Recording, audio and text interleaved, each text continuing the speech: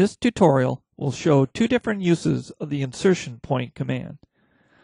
Insertion points are used to position frame objects that are offset from center lines. Our first example is a simple 5-story, 1-bay planar frame where the columns increase in size as we go down the building. Starting with a W14 followed by a W16, and then a W18, W21, and W24. Although these are not necessarily realistic column sizes, they help to illustrate the use of the insertion point command. If we switch from a wireframe to an extruded view, we can see that the default orientation of the members is such that the centroid of the frame objects line up with the wireframe outline. However, if we cut a section through a column, we can show that there are many options for locating the frame objects relative to the wireframe.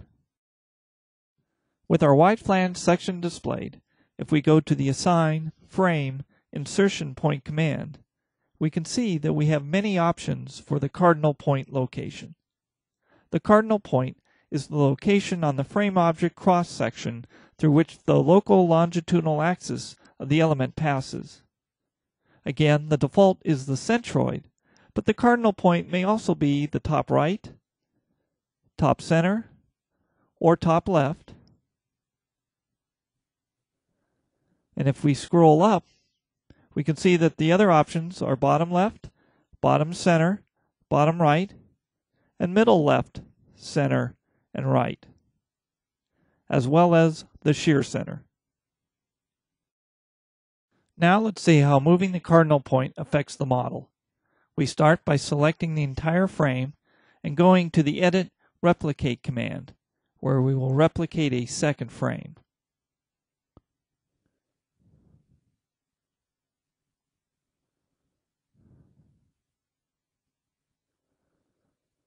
Next, we select all of the columns on the right side of the duplicated frame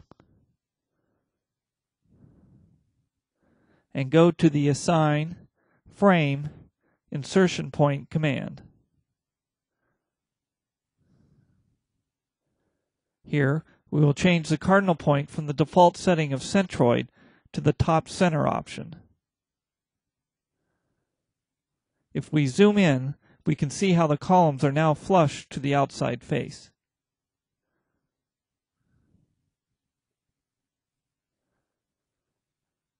We repeat the process on the left side columns.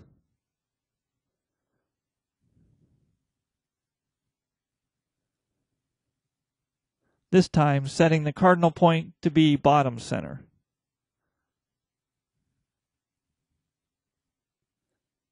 Windowing in again, we see that the outside face is flush and that the entire offset between the column sizes is shifted to the inside face of the column. The last thing that we will do before running an analysis is to add a lateral load of 10 kips to the top of each frame.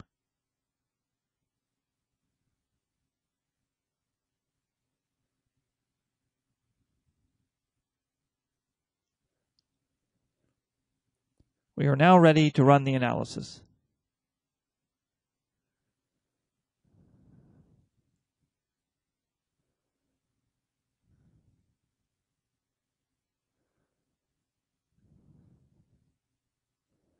First, we will display the moments due to the lateral analysis case.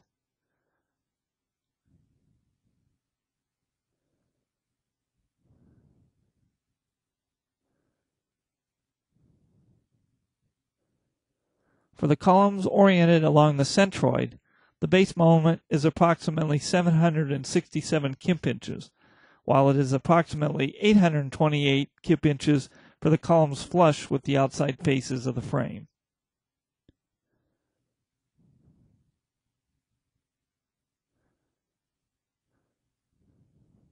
There is also a significant difference in the lateral displacement between the two frames. Now on to the next example. In the second example, we will show how cardinal points affect beam behavior, and we will use a simply supported concrete beam with concrete slabs to each side. When first drawn, the default settings are such that the slab and beam centroid all exist in the same plane. If we look at the model in an extruded view, we see that indeed the slab is located at the center line of the beam. However, in reality, we want the slab to be at the top of the beam so that it behaves as a flange. We will create a copy of the first beam so that we may revise it to have the slab at the beam top. We start by selecting all the objects and going to the replicate command.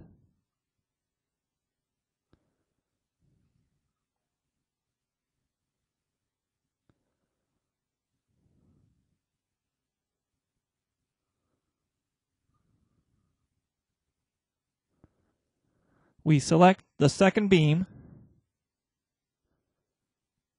and go to the Assign Frame Insertion Point command. Here, we select a cardinal point of top center.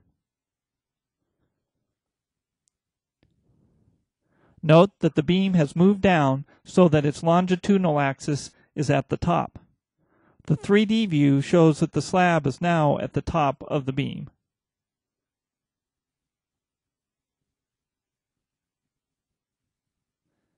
We will now run a static analysis. We will use a dead load case with self-weight.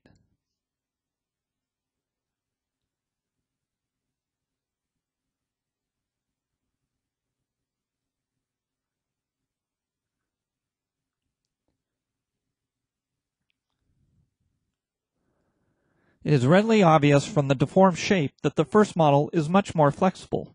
The center displacement of 0.08 inches is more than twice that of the model on the right.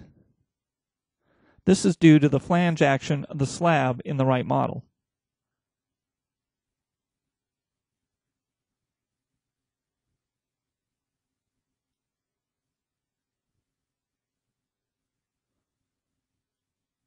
The moment is also much larger in the model on the left.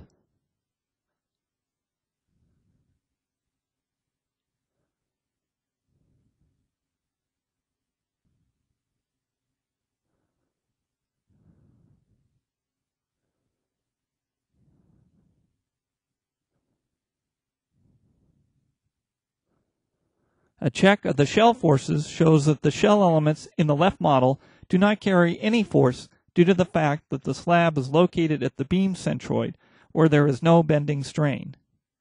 In conclusion, the use of the cardinal point option of the insertion command allows for the accurate placement of frame objects, which in turn can have a significant effect on forces and displacements in the model. This concludes this tutorial.